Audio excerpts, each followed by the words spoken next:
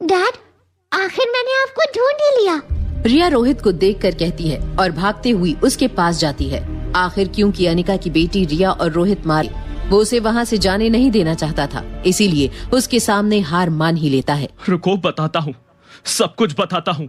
अनिका को पिछले 6 सालों से बस इसी पल का इंतजार था। बीते 6 सालों में वो 6 सेकंड्स के लिए भी अपने बेटे को भूल नहीं पाई थी और आज शायद वो पल आ ही गया जब उसे अपने बेटे के बारे में पता चल जाएगा और वो उसे अपनी गोद में ले सकेगी। रागिनी, मैं नहीं जानता था कि उस बच्चे का क्या हुआ। उसे तो अनिका के पापा गौतम ने किडनैप किया था।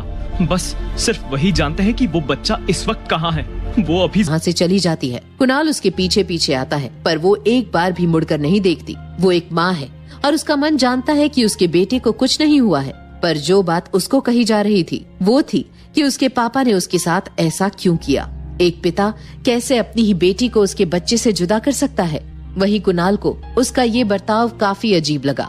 कैफे में सब लोग उसे देख रहे थे और उसे अपनी ये इंसल्ट मंजूर नहीं थी। अनिका कॉफी शॉप से होटल की ओर जा रही थी, लेकिन वो इस बात से पूरी तरह बेखबर थी कि उसकी बेटी रिया और रोहित मारवा के बेटे आर्यन ने मिलकर एक प्लान बनाया है। एक ऐसा प्लान जो रोहित और अनिका दोनों की जिंदगी को बदल देगा। अनिका जैसे ही होटल में अपने कमरे के बाहर पहुंची, उसने देखा रिया रूम के बाहर ब्लैक जीन्स और ब्लैक टी शर्ट में खड़ी है। आई एम सॉरी बेटा, मम्मा इज लेट। अनिका ने ये सोचा भी नहीं था कि जिसको वो अपनी बेटी समझ रही है वो तो रोहित मारवा का बेटा आर्यन है।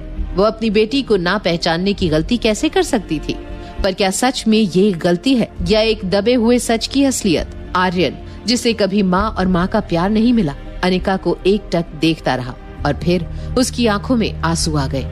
माँ तुम कहाँ थी? अनिका, जो कि आर्यन को रिया समझ रही थी, वो भी हैरान थी कि आखिर आज रिया को हो क्या गया है कि तभी नहीं करूँगी। वहीं दूसरी तरफ रोहित जैसे ही रूम में आया तो रिया उसके पास भागती हुई आई। डैड, आप आ गए। रिया की आवाज में एक्साइटमेंट सुन रोहित बहुत कंफ्यूज हो गया।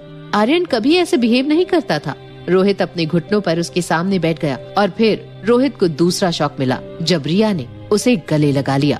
डैड, आखिर मैंने आपको ढूंढ ही लिया।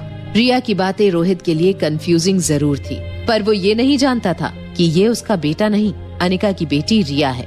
रिया जो कभी अपने डैड से नहीं मिली थी, आज में ही सही लेकिन सच में अपने मम्मी पापा से मिल गए। इसका जवाब जानिए इसके फुल एपिसोड में। फुल एपिसोड सुनने के लिए डिस्क्रिप्शन में दी गई लिंक पर क्लिक कीजिए और वीडियो में पूछे गए सवाल का जवाब देना ना भूलें, जिसका जवाब